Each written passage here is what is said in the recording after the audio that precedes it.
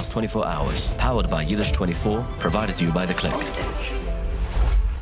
Good morning. Today is Thursday, Parshas B'Shalach. It's Yid Aleph Shvat Tufshin Paivuv on Edge. My name is Gershy Schwarcz, and I'm your host on Edge with the news today. But before we jump into the news, a lot is happening. Yes, a lot is happening. People are waiting. When is America attacking Iran and many other interesting things in the world? But first of all, have you already started your process of leasing a car? If not, then you can call my friend, Star Leasing. Call him on 845-351-0511. Now, why are you seeing a different number on the screen? Because that's his WhatsApp number, 845-903-3452. He told me something interesting.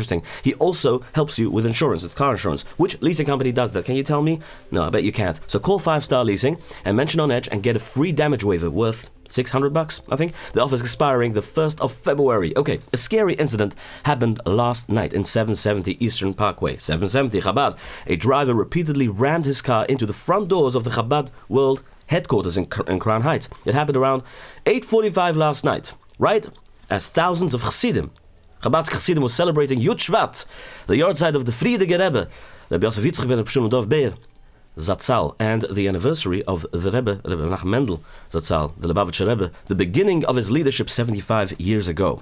Video shows a grey Honda with New Jersey plates reversing and hitting the gas pedal forward a few times, driving into the building entrance at least 4 times. He managed to break the doors off, but that's it. Witnesses say the driver first yelled for people to move out of the way. Interesting enough, the ramming, right? But I guess he didn't want to hit any people. He just wanted to hit doors and a building. So, Baruch Hashem, the room right behind the doors was empty and no one was hurt. So the driver got out and told people it slipped. That's what he said. Anyway, police arrested him on the spot. Police Commissioner Mrs. Tisch, said that the hate crime task force is investigating. In other words, she said it is being investigated as a hate crime. New York City Mayor Zoharam Mamdani, yes, the new guy, stood right next to her by the scene of the attack with the police commissioner, Mrs. Tisch. Mamdani called the ramming attack intentional and deeply alarming. He said he's relieved that nobody was injured at the crash. The mayor acknowledged that 770 holds deep history for Yidden everywhere, the Jews. And he said clearly anti-Semitism has no place in our city. He promised that violence against Jewish New Yorkers is unacceptable. Mamdani told the community he stands with them, and he thanked the police for making the arrest. Letitia James, who knows Letitia James? Everybody knows her. She was also at the site, the prosecutor, right? The one that prosecuted Trump, and that Trump is now trying to prosecute her, I guess. But gave her remarks also, saying that the Lubavitch community is her family. Yes. Let's talk about Iran, shall we?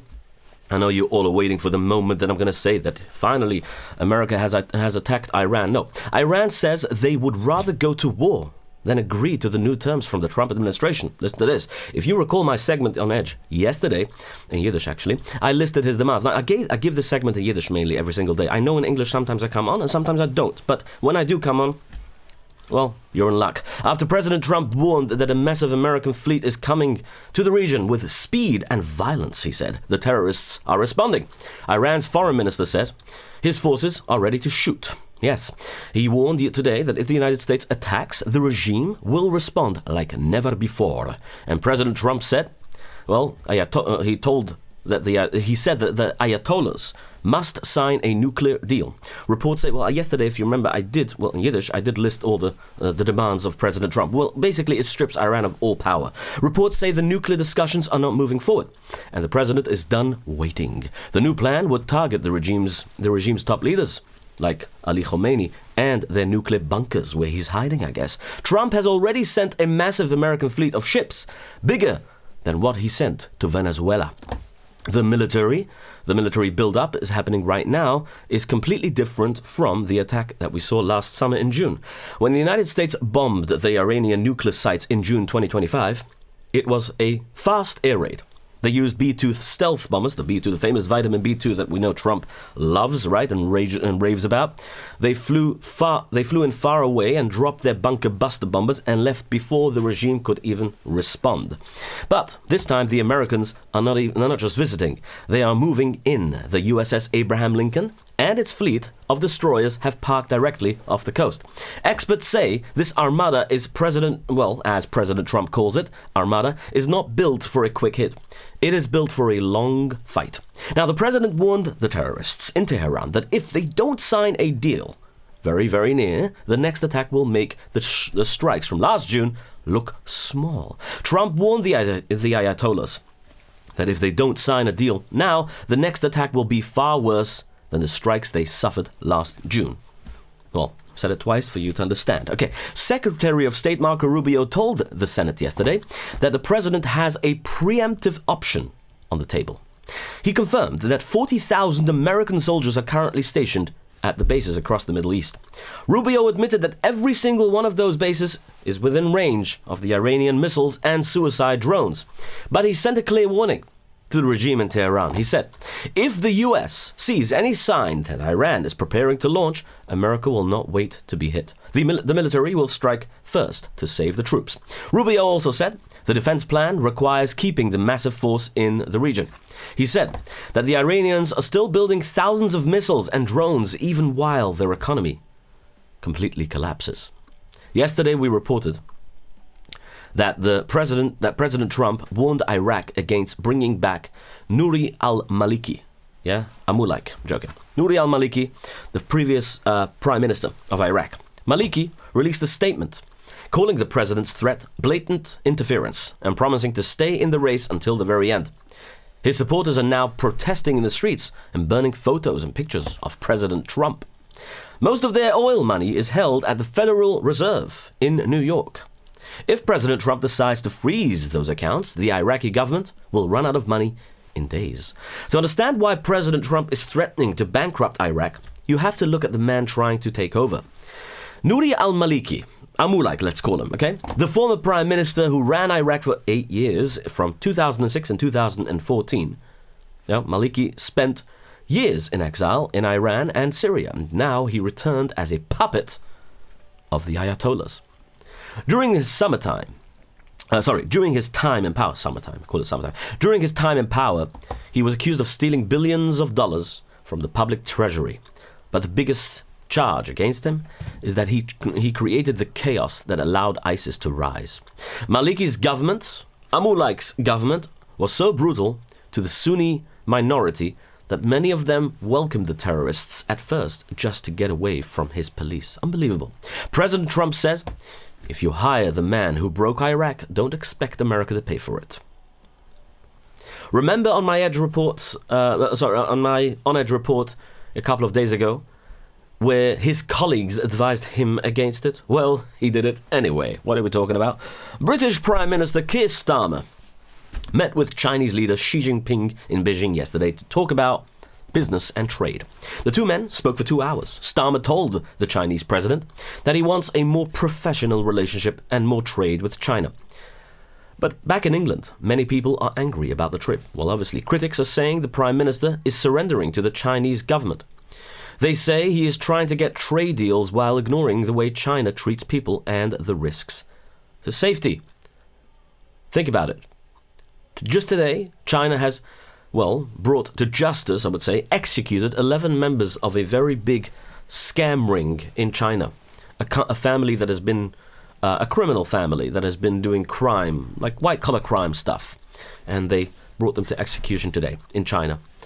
15 people are dead after government-owned plane crashed in Colombia. The plane went down near the border with Venezuela. It was a small plane that had only been in the air for 12 minutes when it disappeared from the radar. Officials said, they say everyone on board was killed, and reports say one of the victims was a well-known politician. 3 Russian soldiers just surrendered to a robot on the front lines in Ukraine. A video shows the soldiers wearing white winter clothes, lying on the ground as the robot moves toward them. The robot is a small machine with a gun on top. When the robot got close, the soldiers stood up and gave themselves up. Ukraine is using these robots to do the dangerous jobs and capture enemy soldiers without putting their own lives at risk. Now, reports have come out saying that the amount of people killed on both sides of the Russia and Ukraine war, is close to 2 million people. Look at this, 2 million people. A war for what? For greed. Greed and power. That's all it is.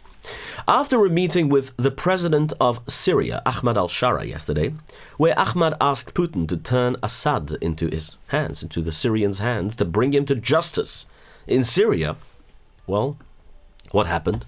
The switch. Russia spent years bombing al-Shara's people, right?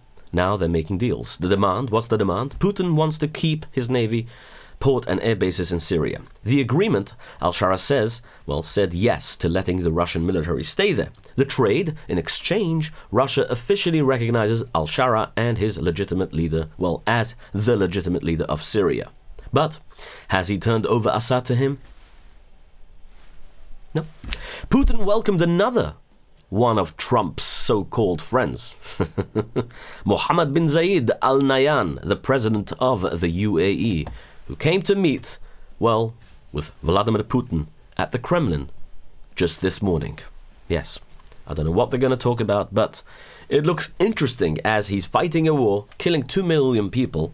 I'll say he's meeting with these leaders, looking all official and all, political, I guess. Speaking of looking political, the Democrats in the Senate are threatening to shut down the government this Friday. Listen to this. Haven't we had enough of that? Yes, they're threatening to shut down the government again this Friday to stop President Trump's border enforcement. The White House already passed the spending bill, but Senator Chuck Schumer is blocking the final vote. He's back at it again. That's what they're good at. The fight is over. The fight is over the Department of Homeland Security. After the incident involving federal agents in Minneapolis, the Democrats are now demanding new restrictions on ICE and Border Patrol. If they don't get their way by Friday night, the funding runs out. This would mean thousands of border agents and TSA officers will have to work without pay until the deal is done. Republicans will start all over again. Republicans say they already negotiated this deal, and the Democrats are just trying to break it for political reasons. They want to keep talking about what's going on in Minnesota, not the Somali fraud scandal, but the shootings by the ICE agents. The federal agents involved in Alex Pretty's shooting were placed on administrative leave in the meantime.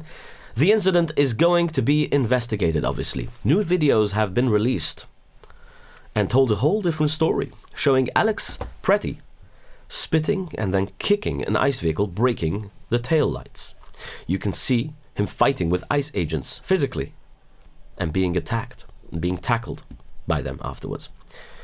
The FBI, in other news, moved in on Georgia yesterday to seize the ballots from the 2020 election, which Trump says he won. Listen to this. Federal agents raided the Fulton County election office in Union City right outside Atlanta. They loaded trucks with about 700 boxes of documents. The warrant allowed them to take every single physical ballot from the 2020 race. They also took voter rolls and data from voting machines. This comes after President Trump has said for years that the vote in Fulton County was not honest. Last week, the president warned people will soon be prosecuted for what they did back then in the elections. Local Democrats are furious. Obviously, Senator John Ossoff called the raid a crusade by a sore loser. Now, in other news, there's a new health scare coming out of India. A deadly outbreak of the Nipah virus, or the Nipah virus, has been reported in West Bengal. Thailand and Nepal are already screening travelers at the airport. They're very afraid of this virus. And the virus kills up to, they say, the health officials say that it can kill up to 75% of the people it infects. It usually starts from fruit bats, but it can spread from person to person. There is currently no cure and no vaccine. Let's hope it doesn't come further. This is a major news for people who have lost their sight. Now listen to this new news. Sorry, nothing to do with the virus. Major news for people who lost their sight. Listen to this. If someone is blind, you know someone is blind. Major news. Elon Musk says his company, Neuralink, is finally ready to start testing a new device called BlindSight. The chip is designed to bypass broken eyes or optic nerves and send pictures directly to the brain. Musk says the goal is to let even people who were born blind to see for the very first time. He admits the vision will start, out looking low quality, like an old video game, but he believes it will eventually become better than normal human sight. Listen to this. The FDA has already given the project special breakthrough status to speed up the process. Unbelievable. Now, feeling so good and feeling so excited about new technology and new things happening in the world, with confusion as well, let's all believe and thank Hashem for the safety and for the health that we have already.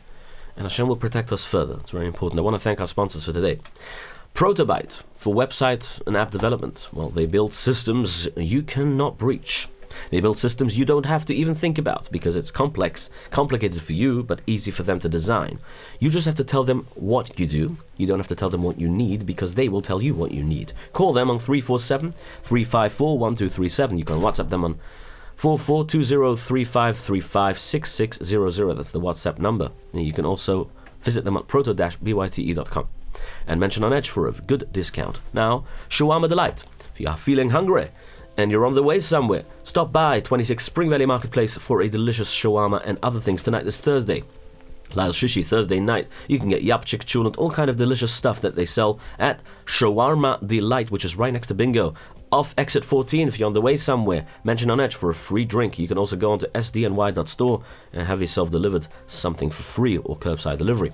Now, YS Capital Group, well, you all know what YS Capital Group does at this point, right? Don't you? If you don't know, then you probably don't know what On Edge means. I guess if you know what On Edge means, you know what YS Capital Group means. They offer you loans, direct lending, fast approvals. The answer is always yes. Call them on 718-831-2168. Again, the number is 718-831-2168. If you don't know this number off by heart, then what can I say?